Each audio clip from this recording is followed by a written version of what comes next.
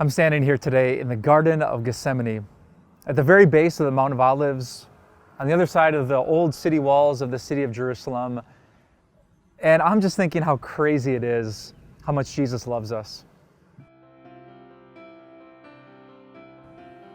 There's a part of Jesus' suffering and death that is so powerful, but you'll miss it unless you understand the geography of Jerusalem. So let me tell you a story from the Old Testament. Way back in the book of 2 Samuel, King David was betrayed by someone he thought he could trust, his own son Absalom.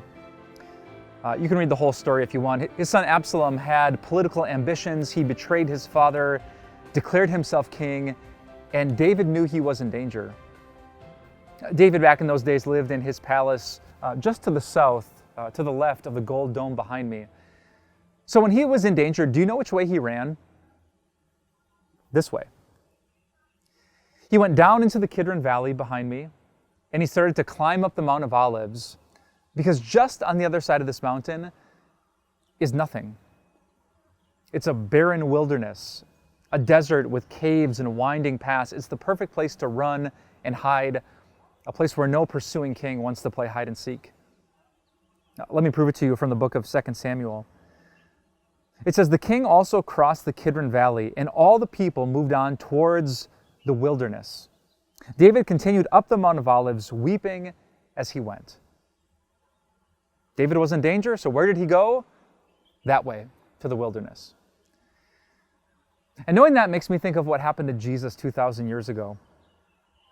Remember the story from the Gospel of Matthew? Jesus celebrates the Lord's Supper in Matthew chapter 26. And then he comes to his favorite place to pray, the Garden of Gethsemane. Judas, his close friend, is betraying him. The soldiers are being gathered. They're about to march out with their swords and torches. The disciples are all exhausted. Even Peter, James, and John are leaning up against these trees, fast asleep. There are no witnesses. Nobody's watching. What could Jesus have done? Exactly what David did. I mean, his friends were sleeping here. All the danger was over there. He could have ran up there. He could have stopped at Mary and Martha's house just over the crest of the Mount of Olives, picked up some bread for his pockets, and ran into the wilderness to hide. He could have survived. Like David, he could have escaped. Do you know what Jesus did for you? He stayed. He knew exactly what was happening. He had predicted his betrayal, and he knew what it would cost him. That he'd be beaten, he'd be scourged, flogged, the crown of thorns, the robe, the mocking, the nails, the cross, the cup of God's wrath. He knew about all of it, but he chose to stay. What wondrous love is that Jesus would stay for us. I love that fact about Jesus. He sticks around even though it costs him. If you've ever tried to love a messy person, you know that love requires sacrifice. It takes patience and compassion, time and energy, and so much forgiveness. And that's exactly what Jesus does for you. So if you ever wonder if you're loved, if you ever wonder if you're truly forgiven, if you ever question if Jesus could save a person just like you, I want you to remember this place, Gethsemane. That Jesus, like David, could have run. Instead, he stayed. In fact, he even woke up his friends and said, "Get up, let's go."